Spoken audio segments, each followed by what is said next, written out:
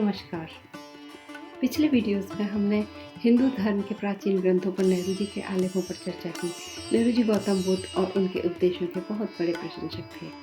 भारतीय उपमहाद्वीप में ही 6ठी शताब्दी ईसा पूर्व गौतम बुद्ध ने एक नया पंथ या धर्म प्रारंभ किया था, जिसे कई लोग हिंदू धर्म का ही हिस्सा मानते हैं, क्योंकि हिंदू धर्म समन्वय का सागर रहा है। बौद्ध धर्म एशिया का एक सनातन धर्म है और इसमें बहुत ही अलहदा एवं उत्कृष्ट विचार व अवधारणाएं तो है ही, साथ ही ये आदर्श एवं सुखी जीवन यापन की व्यवहारिक सलाह भी देता है। नेहरू जी लिखते हैं कि भारत की सामाजिक और धार्मिक परिस्थितियों को बुद्ध ने प्रबल रूप से प्रभावित किया था। भारत को स्वरूप देने वाली राजनीतिक और आर्थिक क्रांतियों के दौरान बौद्ध धर्म ने उस समय के प्रचलित धर्मों में एक जबरदस्त बदलाव का आगाज किया था और धर्म के नाम पर निजी स्वार्थ में लिप्त लोगों को बहुत बड़ी चुनौती दी थी। बुद्ध के संदेश में न केवल बौद्धिक गुणवत्ता है, बल्कि लोगों के दिलों तक पहुंचने की क्षमता भी है। बुद्ध दार्शनिक विवादों से परे सभी प्राणियों के प्रति सार्वभौमिक सौहार्द व प्यार का संदेश देते हैं। बौद्ध धर्म सभी जाति वर्ण व वर्ग के लोगों को अपनाता है और एकता का संदेश देता है। बुद्ध सही व्यवहार व आत्मविश्वास पर जोर देते हैं।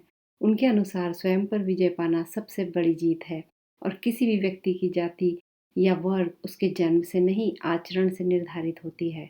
बुद्ध के दया और अहिंसा के उपदेश को नेहरू जी विशेष रूप से पसंद करते हैं। बुद्ध क्रोध और बुराई का जवाब अच्छाई से देने का संदेश देते हैं। उनके अनुसार दूसरों पर जीत केवल नफरत और दुख उत्पन्न करती है। यह निष्कर्ष नेहरू जी के शांतिपूर्ण से अस्तित्व और सद्भाव की भावना के साथ मेल खाता है।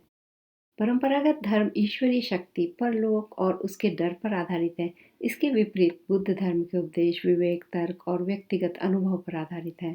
वे लोगों को अपने मन में सत्य की खोज करने के लिए प्रोत्साहित करते हैं, यहाँ तक कि खुद के उपदेशों को भी बिना विचारे स्वीकार न करने की सलाह देते हैं और जीवन की कसौटी पर जांचने का आग्रह करते हैं, जैसे कि सोना आग में जांचा जाता है।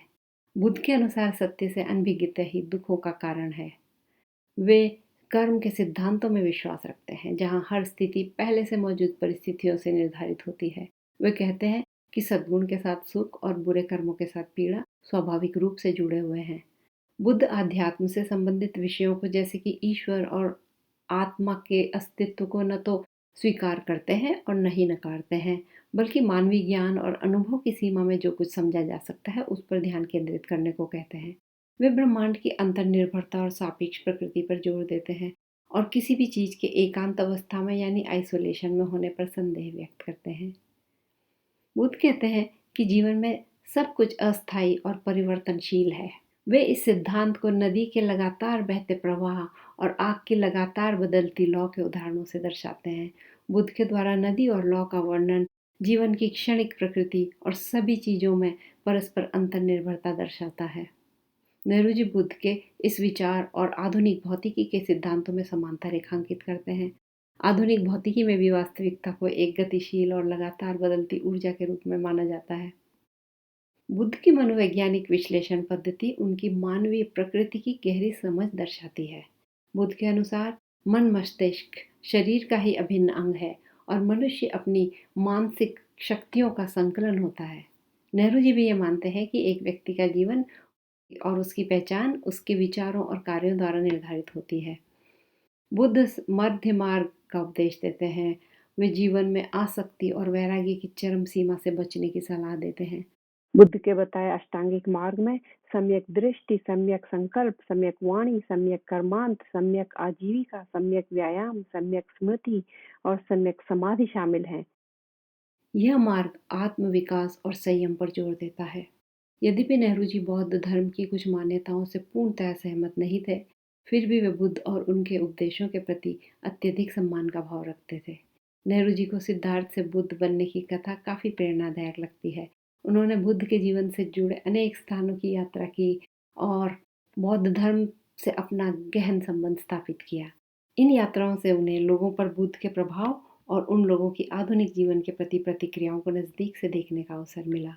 नेहरू जी मानते हैं कि बौद्ध धर्म में समय के साथ रीति रिवाज और आध्यात्मिकता शामिल हो गए हैं, फिर भी उन्हें बौद्ध मठों का शांतिपूर्ण माहौल और मनन चिंतन निर्मल व संतुष्टिदायक लगता है। वे भिक्षुओं की गरिमा, सौम्यता और सांसारिक दुविधाओं से वैराग्य की भावना की प्रशंसा करते हैं। नेहरू जी लिखते हैं कि हो सकता है कुछ लोग बौद्ध धर्म को शिथिल व निराशावादी धारणा के रूप में देखते हों, परंतु वे स्वयं उसमें एक अलग ही प्रतिध्वनि महसूस करते हैं। उनके लिए बुद्ध की छवि एक महान आत्मा का प्रतीक है, जो कि निर्मल शांति के साथ भावावेश से सराबोर है।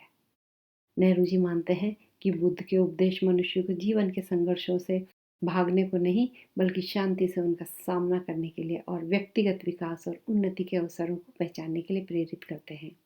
अंत में नेहरू जी लिखते हैं कि जो राष्ट्र ऐसे अद्भुत व्यक्ति को जन्म दे सकता है, उसके पास जरूर ज्ञान और आंतरिक शक्ति का असीम भंडार रहा होगा। यह कथन भगवान बुद्ध और भारतीय संस्कृति के प्रति नेहरू जी के अपार प्रेम और गर्व को दर्शाता है। वीडियो पूरा देखने के लिए धन्यवाद।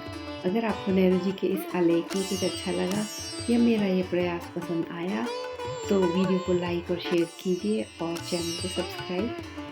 नमस्कार।